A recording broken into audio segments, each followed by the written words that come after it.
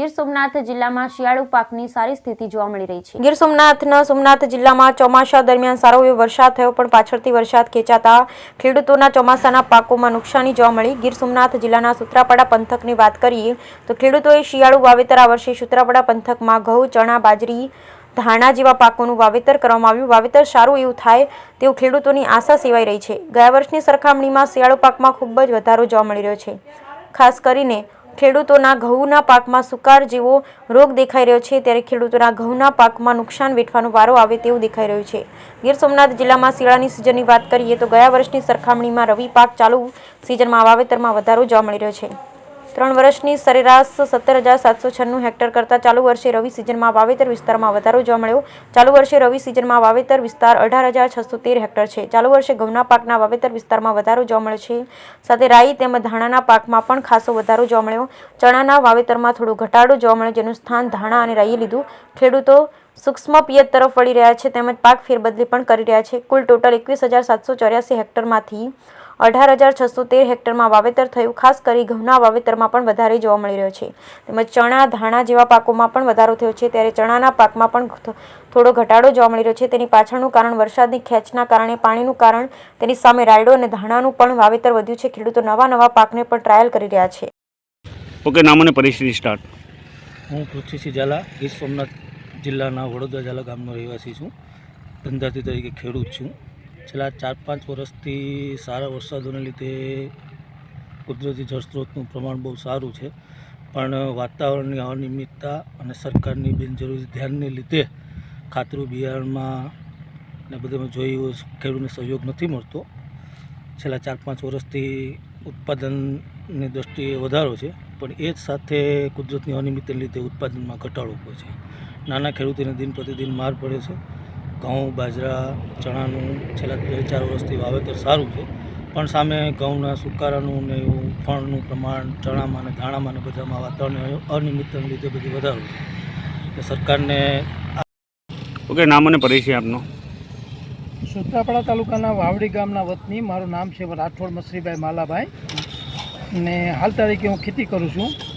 ને આ સંજોગમાં આવી પરિસ્થિતિ જે નિર્માણ થઈ છે કે આ વિસ્તારની અંદર ઘઉંનું વાવેતર સરેરાશ પ્રમાણે વધારો વાવેતરમાં થયો છે, પણ પ્રશ્ન એવો બન્યો છે કે અત્યારે એવી પરિસ્થિતિ નિર્માણ થઈ છે કે જે કંઈક બિયારણમાં કદાચ ફરક હોય, 173 છે ઘઉંમાં વધારે જગ્યા ઉપર જોવા મળે છે, સુકારા જેવો રોગ છે, કે જેથી કરીને આ વિસ્તારની અંદર જો આ કોઈપણ જાતનું સરકાર આની વિચારણા કરી ને કાંઈ બીજમાં ફરક છે, કોઈ વાતાવરણમાં કોઈ પ્રોબ્લેમ છે કે અન્ય કોઈ કારણોસર આ વર્ષે ઘઉંના ઉત્પાદનમાં બમ્પર ઝટકો લાગે એવું બધાને ખરેખર આશા છે કે ખરેખર ગયા વર્ષ કરતાં અડધું જ ઉત્પાદન થાય એવું દરેક લોકોના મનમાં ભીતિ છે।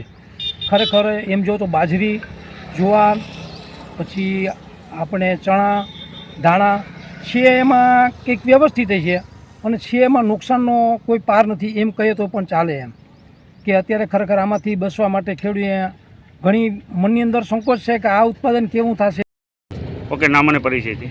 મારું નામ રણવીરભાઈ કચરાભાઈ ઝાલા છે। હું સૂત્રાપાડા તાલુકાના વડોદરા ઝાલા ગામનો ખેડૂત પુત્ર છું। અમારા વિસ્તારમાં ગત વર્ષો કરતાં આ વર્ષે બાજરી, જુવાર, ઘઉંનું વાવેતર એકંદરે વધારે થયેલ છે, પરંતુ ઘઉંમાં અમુક રોગને કારણે ઉત્પાદન ઘટે એવી શક્યતા છે। તો સરકારશ્રી અથવા ખેતીવાડી શાખાએ આ રોગનો તપાસ કરી આવતા વર્ષે ખેડૂતને નુકસાન ન જાય તે માટેના અમે ભલામણ કરીએ છીએ કે એ લોકો કંઈક તપાસ કરી માર્ગદર્શન આપે। ઓકે, નામ અને પરિચય આપનો। મારું નામ ડીપી નકુમ, ગ્રામસેવક સૂત્રાપાડા, સેજો છે મારો મોરડિયા। હાલ ખેતીવાડી શાખા સૂત્રાપાડામાં ફરજ બજાવી રહ્યો છું। વાત કરીએ આપણે ગયા વર્ષની સરખામણીમાં આ વર્ષની રવિ સિઝનના વાવેતરની, તો સૂત્રાપાડા તાલુકામાં ગયા વર્ષની સરખામણીમાં આ વખતે રવિ સિઝનમાં વાવેતર છે તેમાં વધારો જોવા મળ્યો છે। ગયા વર્ષની સરખામણીમાં આ વર્ષે ટોટલ 21,784માંથી આપણે સૂત્રાપાડા તાલુકામાં રવિ સિઝનમાં વાવેતર છે જે 18,613 હેક્ટરમાં થયેલું છે। તેમાં પણ ખરેખર પાકની વાત કરીએ તો ઘઉં છે, ઘઉંના પાકમાં વાવેતરમાં વધારો જોવા મળ્યો છે, તેમજ રાઈસના પાકમાં પણ ઘણો બધો વધારો જોવા મળ્યો છે, અને ધાણા છે કે જે તેમના પાકમાં પણ તેના વાવેતરમાં પણ ઘણો મોટો વધારો જોવા મળ્યો છે। ખેડૂતો છે જે સૂક્ષ્મ પિયત અપનાવી રહ્યા છે, જેથી ક્રોપ ડાયવર્સિફિકેશન તરફ જઈ રહ્યા છે, જેના કારણે તેની આવક પણ બમણી થઈ રહી છે. તેમજ તે નવા પાકને ટ્રાય કરી રહ્યો છે, તેમજ તે તેમની પિયત પદ્ધતિમાં પણ ફેરફાર કરી રહ્યા છે. અને તેવી રીતે આપણા સૂત્રાપાડા તાલુકાની વાત કરીએ તો જે અત્યારે સરેરાશ 3 વર્ષનું વાવેતર વિસ્તારની વાત કરીએ તો 17,796 હેક્ટરમાં વાવેતર આપણે ટોટલ થયેલ 3 વર્ષના સરેરાશની વાત કરીએ તો 17,796 હેક્ટર છે સર આપણે સૂત્રાપાડા તાલુકાનો. અને વાત ખાસ કરીએ તો ચણાનો પાક છે કે એમાં થોડો ઘણો ઘટાડો જોવા મળ્યો છે, અને તેના પાછળના કારણો પણ છે કે જે આપણે ચોમાસું સિઝન છે કે જે થોડીક લંબાણી હતી, જેના કારણે પાણીમાં થોડીક અછત જોવા મળી છે. પણ જે પાકમાં ચણાનું વાવેતર ખરેખર થાય છે તે પાકમાં તો તે વિસ્તારમાં તો ચણાનો વાવેતર વિસ્તાર વધ્યો જ છે, પણ ચણાના વાવેતરની સામે રાઈ અને ધાણાનો વાવેતર વિસ્તાર પણ